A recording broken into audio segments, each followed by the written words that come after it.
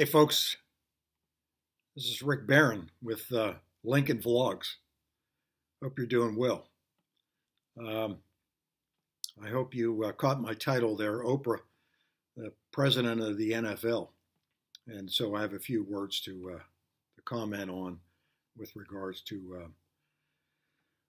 what transpired over the weekend. I could not help be taken with the events of last Sunday from our liberal friends out on the West Coast.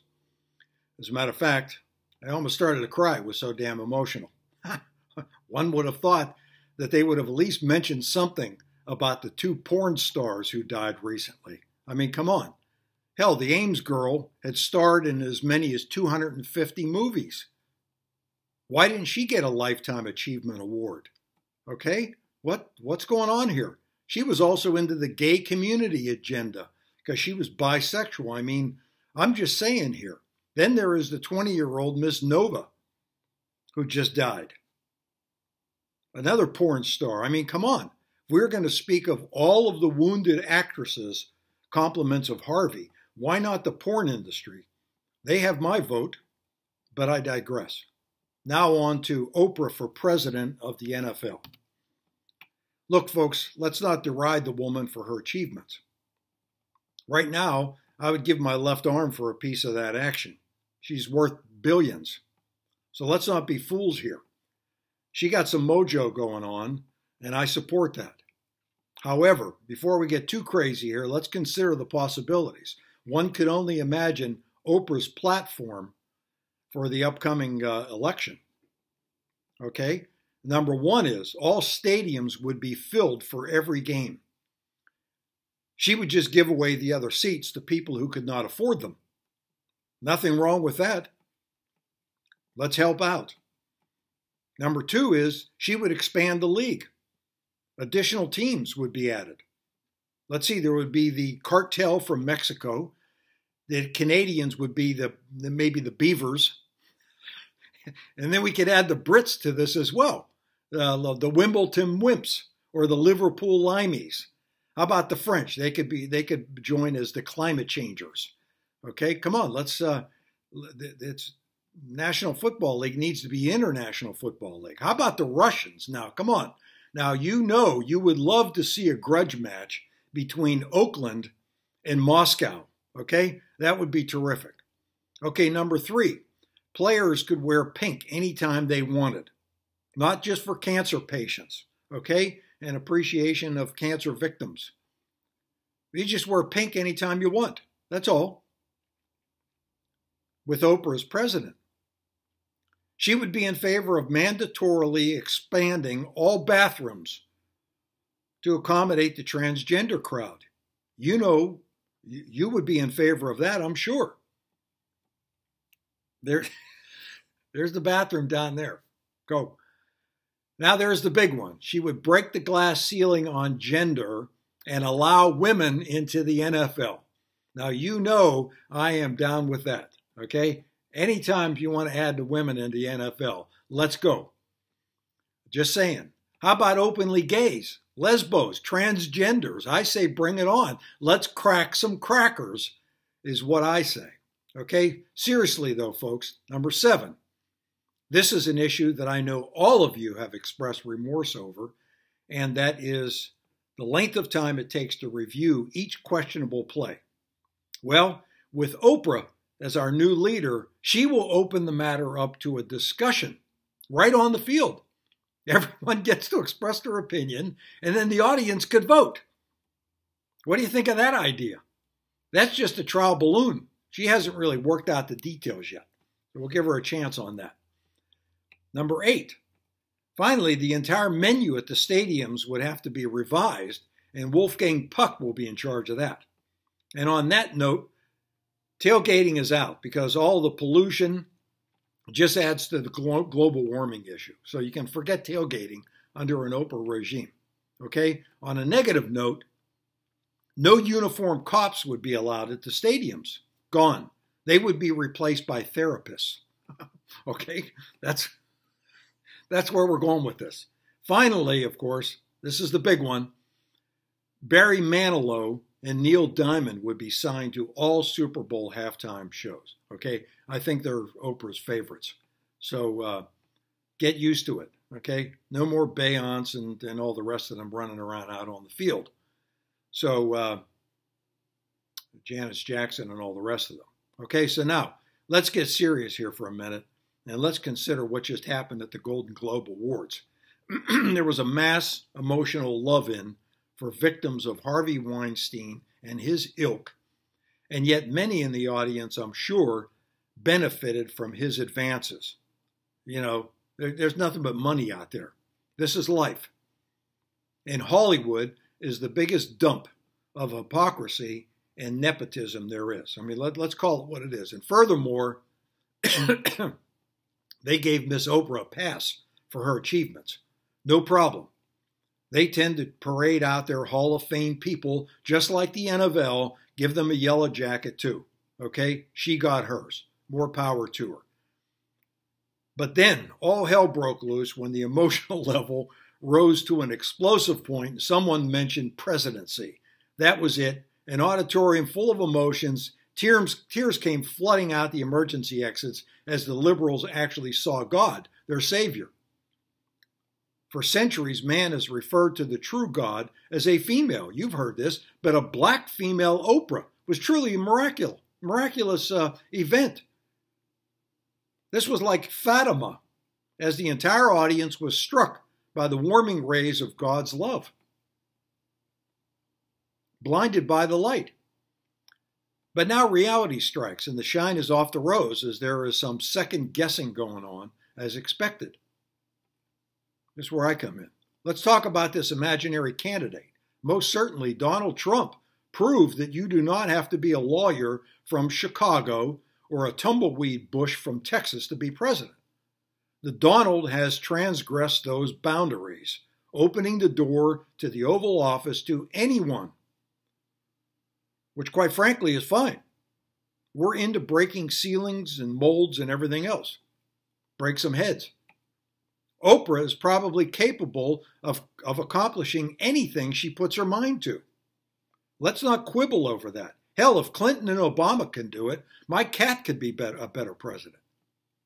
Allow us to look at who this lady is from a numerological and astrological perspective. Okay, let's get real here. These are the facts. She was born on January 29th, 1954. Okay, she has a birthday coming up this month, so she's in the limelight. This is her time to shine. She is an Aquarian. And who else was an Aquarian as president? Yeah, you guessed it. Ronald Reagan, Mr. Hollywood. You know, they ripped him to shreds too. So these folks are no lightweights, Aquarians. They tend to be visionaries and not given to mundane matters. If we are learning anything from the Trump presidency, is that this man makes the job look easy. Okay? Just like a corporate boss cutting through all the bureaucracy with a butter knife, then you move on. Oprah would be capable of this same type of leadership style, but to this point, she has been bathed in warm pink light by the media, so we may never know the true Oprah by the time an election were to roll around, and the media would be of no assistance in that regard. This we do know. Therefore, as an Aquarian, she would be an acceptable candidate for the office. One must understand that Clinton and Obama were both Leos. And although Leos are highly intelligent, they cannot get out of their own way when there is a camera in the room. And therefore, it wasted much of the country's time. There was no substance there whatsoever. None. Okay? Thin-skinned. Talked a good story. Nothing as a result, though, in the end. Oprah would be a much more substantial leader. Her birth numbers play out like this, okay? She's born on the 29th. And when combined, the 2 and the 9 become an 11. And in numerology, that's a master number, okay? This is what is known as a highly vibrational number on a truly inspirational scale. I mean, you see it. You mentioned the name Oprah, and, you know, they're flowing with tears. This woman can do no wrong. So make no mistake, this woman inspires people. Maybe not all people, but she is capable of enormous achievements when it relates to touching people's emotions. Her birth month of January is a 1 month. It's the first month of the year. And the year of her birth, 1954, when you add together the 4 numbers, it's also another 1 year. So this means that she is capped by 2 ones, like bookends, which represent extreme independence as well as creativity. These are born leadership qualities, okay? She's got these on both sides of her 11, which is also made up of 2 ones. So you notice, I mean, she really is not necessarily Hollywood, but they have taken her in on an emotional level. That's why she's there. Otherwise, she's flowing with money. You know, they don't want to get too close to her because of that relationship to the money, the financial end, because she is a powerhouse. They relate to her emotionally. So when one combines her month, day, and year, numerically speaking, her net number is a 13 or a 4. The 13 is a very fortunate number, and her wealth can attest to that. Her 4 is highly foundational. In other words, she's capable of building something from nothing, which she has demonstrated this very well. 4s are very much into routine, so she would not do anything that jeopardized this country's position in the world on an emotional whim. It's not in her. This may be something that Hollywood may need to rethink. They may not be her perfect candidate. They were certainly dead wrong about Donald Trump. So let's call it what it is. Without getting into all this too deep, there is one other issue that Oprah needs to weigh in any consideration. Her personal numbers, as they relate to her present cycle of life, okay? In this year, 2018, she is having a 5 personal year in a cycle that lasts 9 years. What this means is that she would be having a 7 personal year in 2020, the year of the presidential election.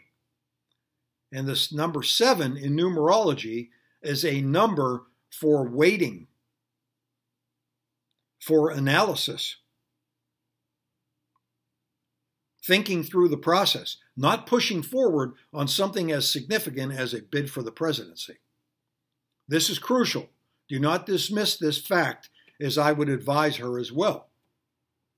You're not going to fight the numbers.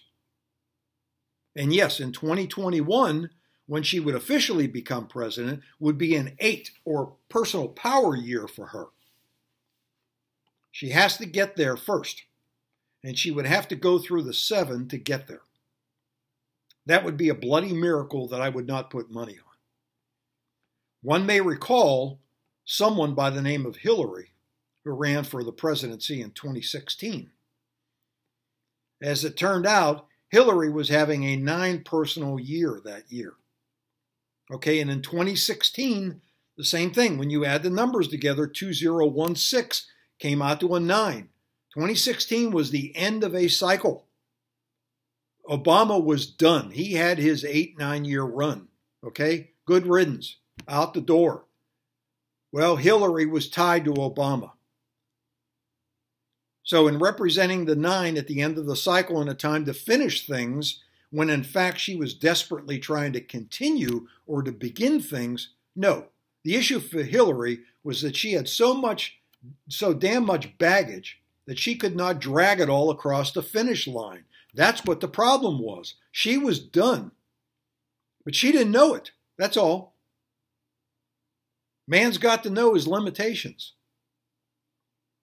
She didn't know hers. Her time was limited, finite. This is why she spent 2017 running around the country whining in her book tour, because she should have left that baggage at the exit door in 2016. She didn't. She was bound to carry it into the next year.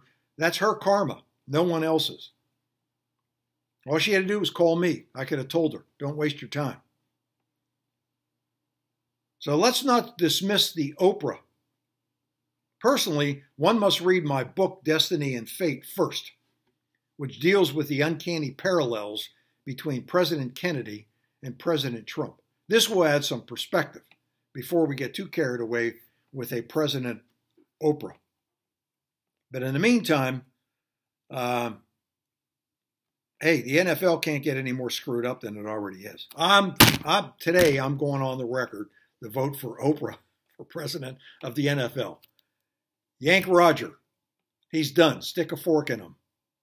Okay, friends, toopredictable.com, and make it a great day.